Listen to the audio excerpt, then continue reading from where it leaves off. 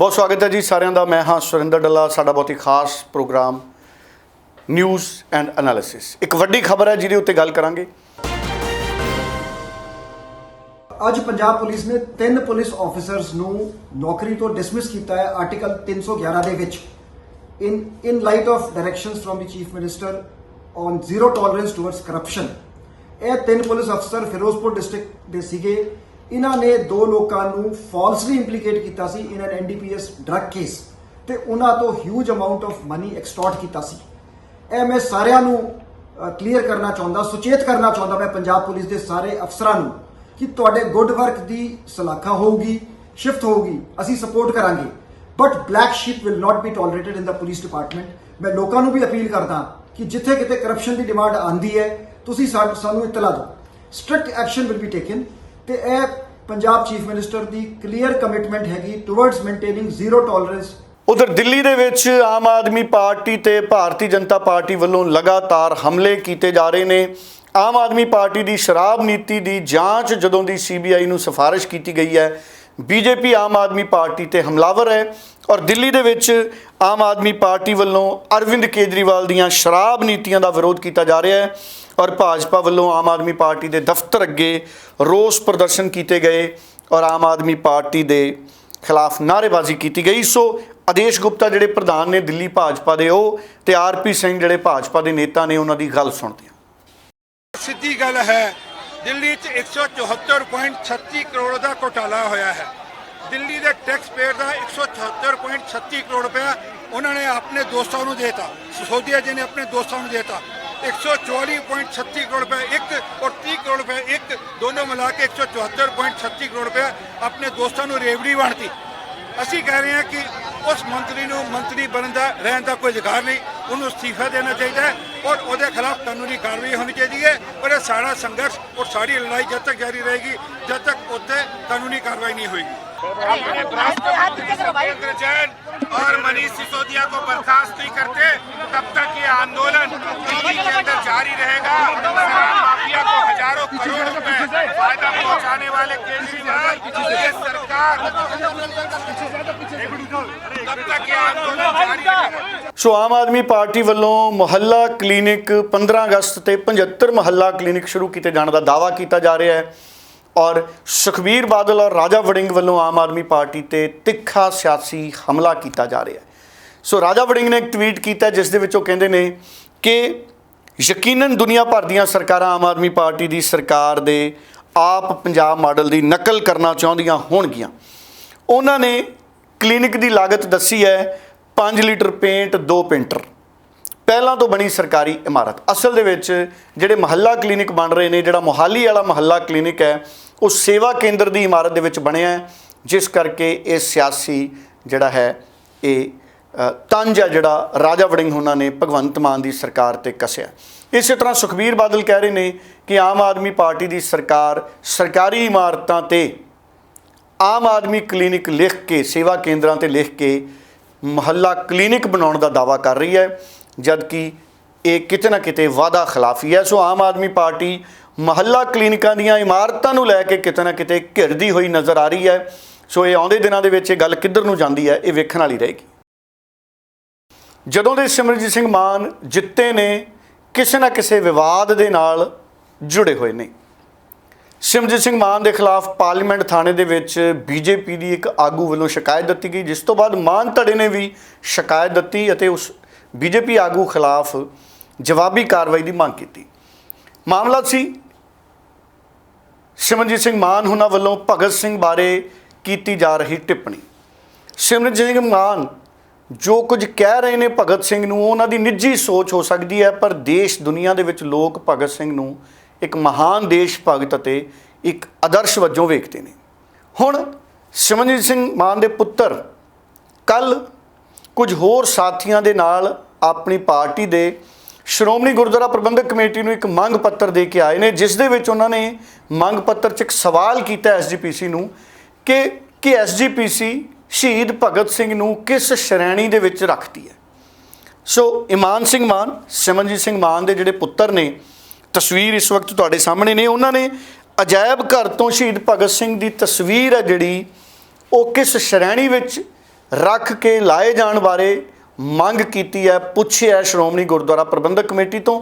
ਇਮਾਨ ਸਿੰਘ ਮਾਨ ਦੇ ਆਪਣੇ ਤਰਕ ਨੇ, ਪਰ ਸਿਆਸਤ ਇਹ ਸਾਰੇ ਮਸਲੇ ਤੇ ਇੱਕ ਵਾਰੀ ਫੇਰ ਬੁਲੰਦ ਹੋ ਗਈ ਹੈ। ਪਹਿਲਾਂ ਇਮਾਨ ਸਿੰਘ ਮਾਨ ਦੀ ਪੂਰੀ ਗੱਲ ਸੁਣ ਲਈ। ਜਿਹੜਾ ਬਿਆਨ ਐਸਜੀਪੀਸੀ ਨੇ ਦਿੱਤਾ ਹੈ ਕਿ ਭਗਤ ਸਿੰਘ ਜੀ ਦੀ ਉਹਨਾਂ ਨੇ ਫੋਟੋ ਉਰੇ ਲਾਈ ਹੋਈ ਹੈ, ਇਹ ਭਗਤਾਂ ਦੀ ਬਾਣੀ ਸਾਨੂੰ ਰੱਬ ਨਾਲ ਜੋੜਦੀ ਹੈ, ਰੱਬ ਅਧੀਨ ਬੰਨ੍ਹਦੀ ਹੈ। ਗੁਰੂਆਂ ਦੀ ਬਾਣੀ ਸਾਨੂੰ ਰੱਬ ਅਧੀਨ ਬੰਨ੍ਹਦੀ ਹੈ। ਸਾਨੂੰ ਗੁਰੂ ਗ੍ਰੰਥ ਸਾਹਿਬ ਰੱਬ ਨਾਲ ਜੋੜਦੇ ਹੈਗੇ ਆ। ਤੇ ਸਰ ਭਗਤ ਸਿੰਘ ਨੇ ਸਪਸ਼ਟ ਜੇਲ੍ਹ ਦੇ ਵਿੱਚ ਇੱਕ ਆਪਣਾ ਐਸੇ ਲਿਖਿਆ ਹੈ, ਮੈਂ ਨਾਸਤਿਕ ਕਿਉਂ ਹਾਂ, ਔਰ ਉਹ ਸਪਸ਼ਟ ਰੂਪ 'ਚ ਕਹਿੰਦੇ ਆ ਕਿ I could never believe in the mythology and doctrines of Sikhism or any other religion। ਠੀਕ ਹੈ ਨਾ ਜੀ, ਇਹ ਸਿੱਖੀਜ਼ਮ 'ਚ ਮੰਨਦੇ ਨਹੀਂ ਸੀ। ਅਖੀਰ 'ਚ ਇਹ ਬੇਨਤੀ ਕਰਦੇ ਹੈਗੇ ਆ ਕਿ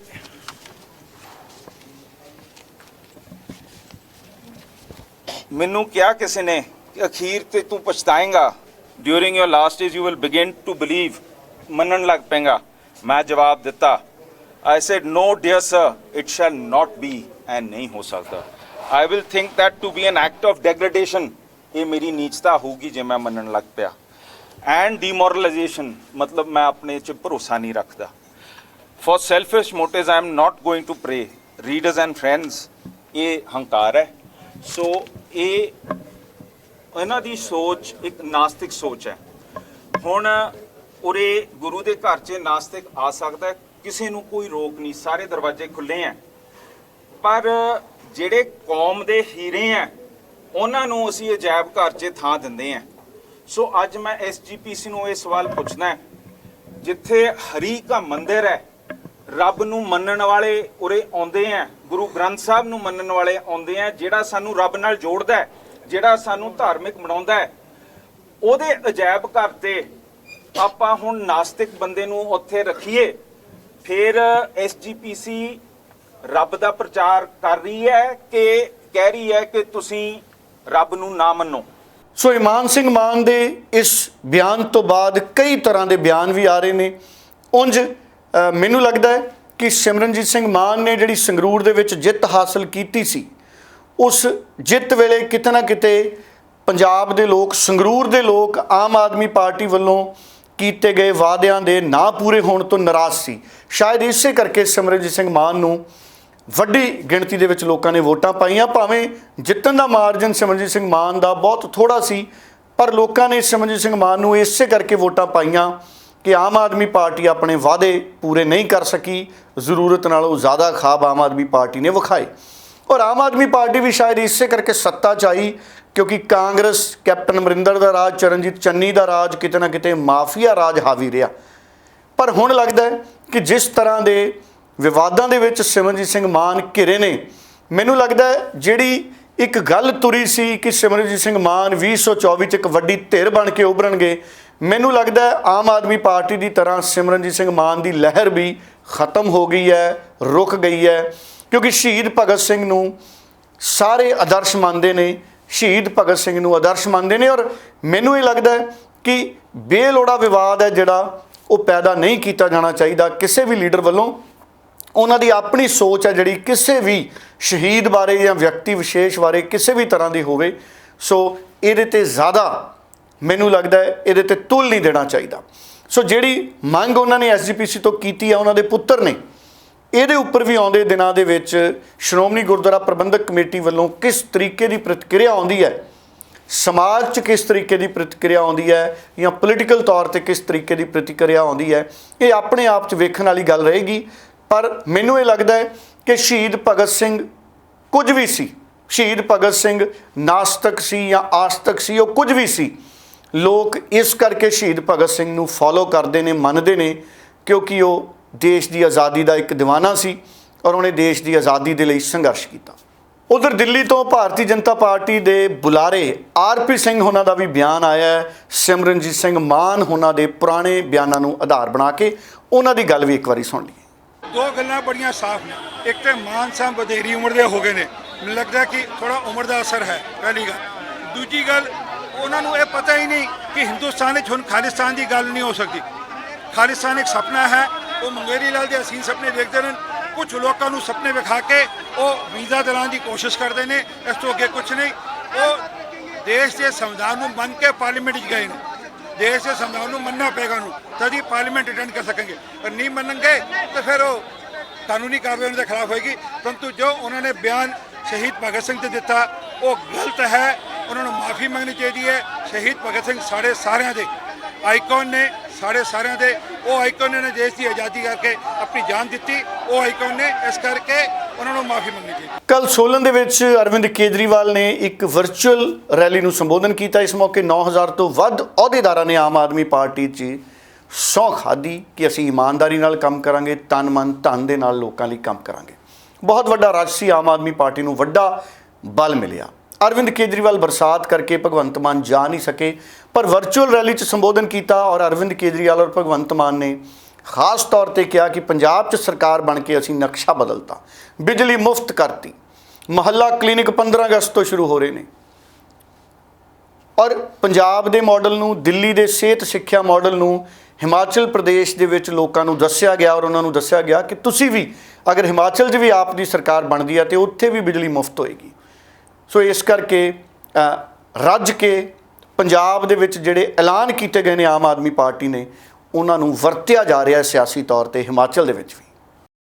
इस बार हिमाचल की जनता बदलाव चाहती है, बदलाव चाह रही है, लेकिन उसके पास विकल्प ही नहीं है। वो एक बारी कांग्रेस आती है, कांग्रेस को वो बदलते हैं बेचारे तो भाजपा आ जाती है, बेचारे भाजपा को बदलते हैं तो फिर कांग्रेस आ जाती है।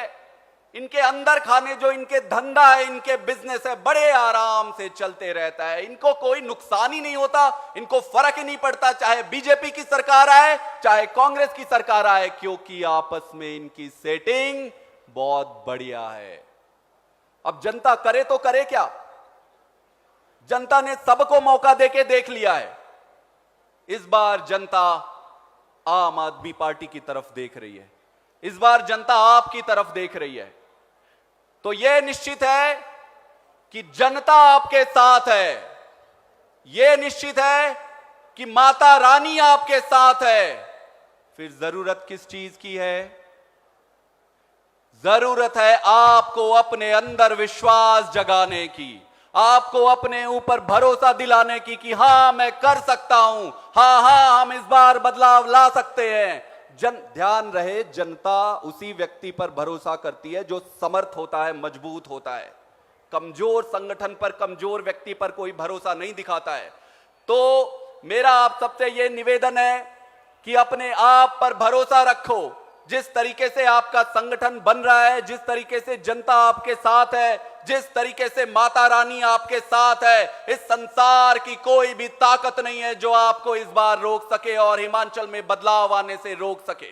ਸੋ ਪੰਜਾਬ ਪੁਲਿਸ ਲਗਾਤਾਰ ਗੈਂਗਸਟਰਵਾਦ ਦੇ ਖਿਲਾਫ ਔਰ ਨਸ਼ੇ ਦੇ ਖਿਲਾਫ ਲੜਾਈ ਲੜ ਰਹੀ ਹੈ ਔਰ ਆਈਜੀ ਹੈੱਡਕੁਆਟਰ ਨੇ ਸੁਖਚੈਨ ਸਿੰਘ ਗਿੱਲ ਉਹਨਾਂ ਨੇ ਇੱਕ ਪੱਤਰਕਾਰ ਸੰਮੇਲਨ ਕੀਤਾ ਜਿਸ ਦੇ ਵਿੱਚ ਉਹਨਾਂ ਨੇ ਦੱਸਿਆ ਕਿ ਪਿਛਲੇ ਹਫਤੇ ਦੇ ਵਿੱਚ 399 FIRs ਨੇ ਜਿਹੜੇ ਦਰਜ ਕੀਤੇ ਗਏ ਨੇ ਤੇ 508 ਡਰੱਗਸ ਦੇ ਨਾਲ ਜੁੜੇ ਮਾਮਲਿਆਂ ਦੇ ਵਿੱਚ ਲੋਕਾਂ ਨੂੰ ਗ੍ਰਿਫਤਾਰ ਕੀਤਾ ਗਿਆ ਔਰ ਉਹਨਾਂ ਨੇ ਇਹ ਵੀ ਕਿਹਾ ਕਿ 11 ਲੱਖ ਅਤੇ 33,000 ਡਰੱਗ ਮਨੀ ਵੀ ਬਰਾਮਦ ਕੀਤੀ ਗਈ ਹੈ ਔਰ ਕਈ ਕਿਸਮ ਦਾ ਨਸ਼ਾ ਪੰਜਾਬ ਪੁਲਿਸ ਨੇ ਬਰਾਮਦ ਕੀਤਾ। ਉਹਨਾਂ ਦੀ ਗੱਲ ਪੂਰੀ ਸੁਣ ਲਈ। ਇਸ ਹਫਤੇ ਦੇ ਵਿੱਚ ਪੰਜਾਬ ਪੁਲਿਸ ਨੇ 389 FIRs ਦਰਜ ਕੀਤੀਆਂ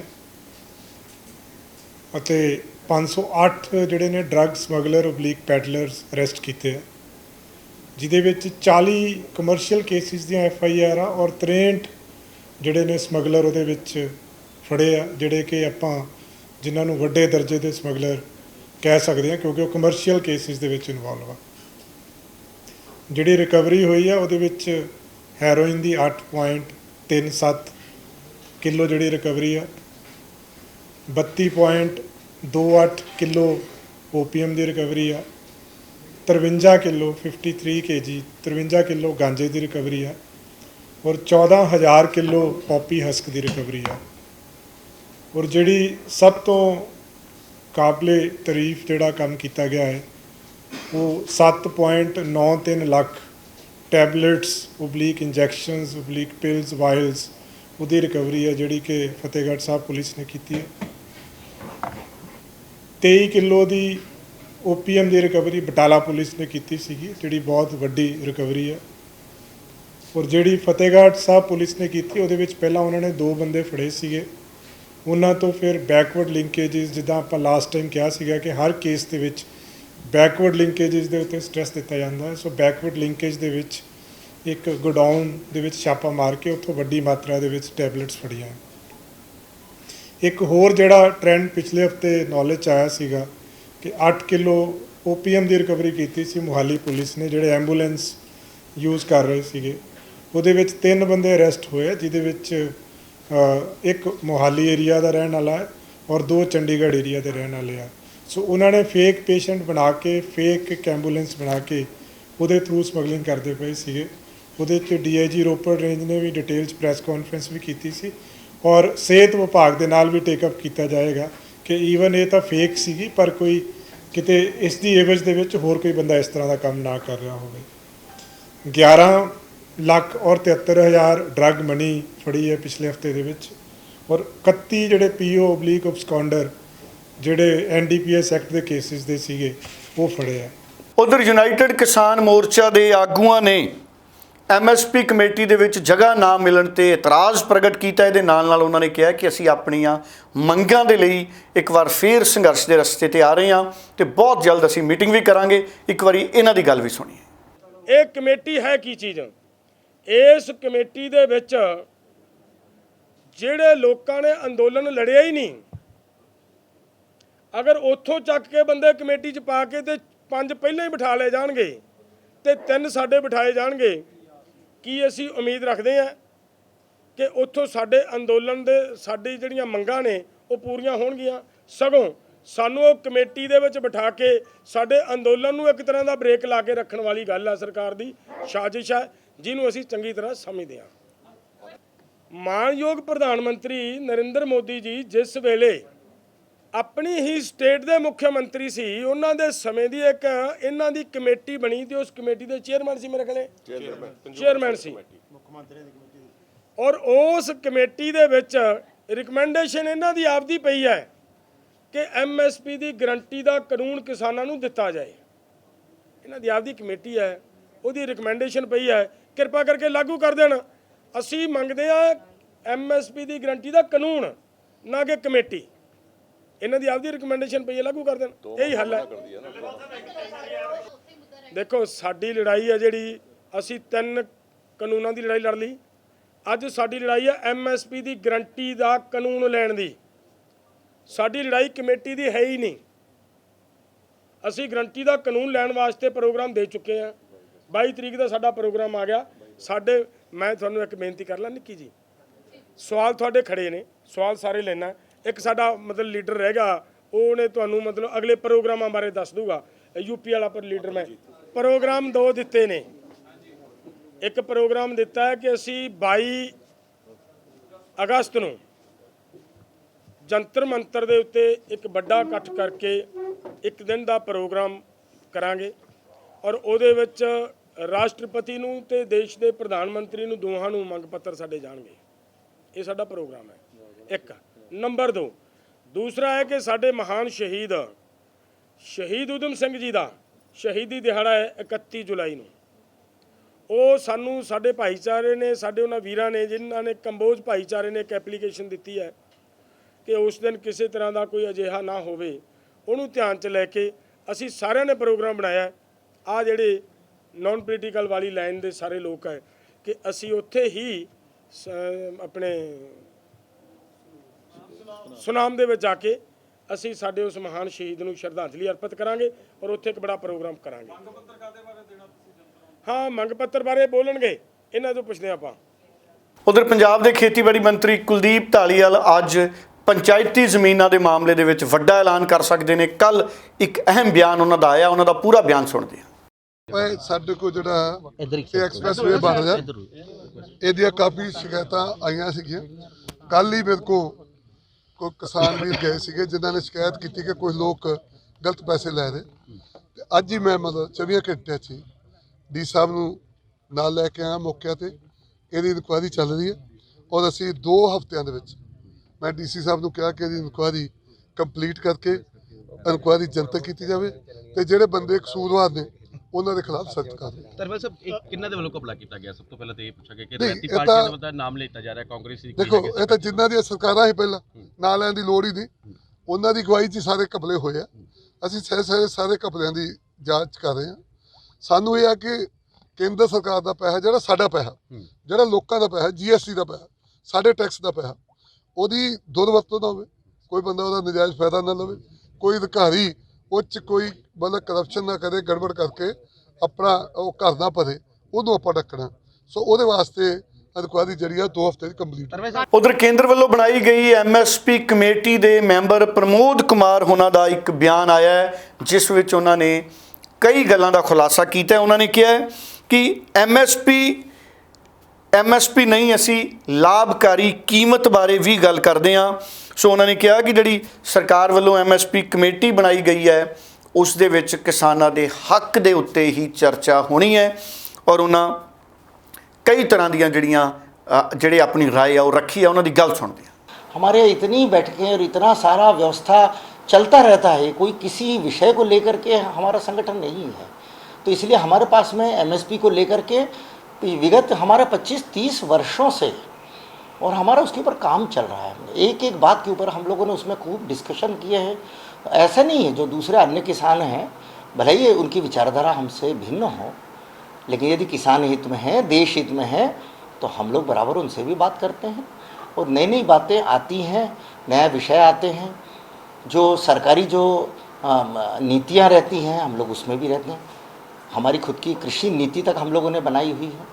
तो हमारा ये कैसा है कि ये संगठन हर दृष्टि से काम करता है। तो इसके लिए अलग से अगर ज़रूरत पड़ेगी, हम लोग सर्वे किया है हमने, जैविक खेती का हमने सर्वे किया है हमने पूरा। अभी पिछले वर्ष 2 वर्ष पहले ग्वालियर में जो हमारा अधिवेशन हुआ था उसके पहले उसमें हम लोग रिपोर्ट। MSP को लेकर के क्या राय है किसान संघ की?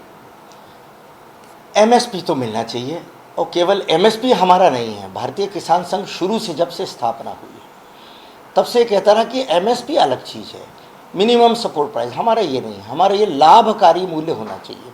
क्या है कि अगर हम MSP मान लीजिए कि हम कहेंगे कि MSP बढ़ा दीजिए, कल को हमारे जो इनपुट्स की कॉस्ट बढ़ गई तो वो रेट बढ़ाने का कोई मतलब नहीं रहेगा। तो हमारा ये कि अगर इनपुट की कॉस्ट कम हो जाती है तो जो आज MSP सरकार दे रही है ये ज़्यादा हो जाएगी। तो हमारा MSP से इसलिए हम लोग सीधे हम लोग MSP से भी बेहतर हम लोग लाभकारी मूल्य चाहते हैं। यदि हमारी कॉस्ट ऑफ प्रोडक्शन कम हो जाती है, सब कुछ हो जाती है और जो रेट है वो हमको लग रहा कि ये लाभकारी है, तो हमें लाभकारी मूल्य से लेना है। सो न्यूज़ एंड एनालिसिस ਦੇ ਇਸ ਖਾਸ ਪ੍ਰੋਗਰਾਮ ਦੇ ਵਿੱਚ ਫਿਲਹਾਲ ਇੰਨਾ ਹੀ। ਕੱਲ ਫੇਰ ਮੁਲਾਕਾਤ ਹੋਏਗੀ। ਬਹੁਤ ਧੰਨਵਾਦ।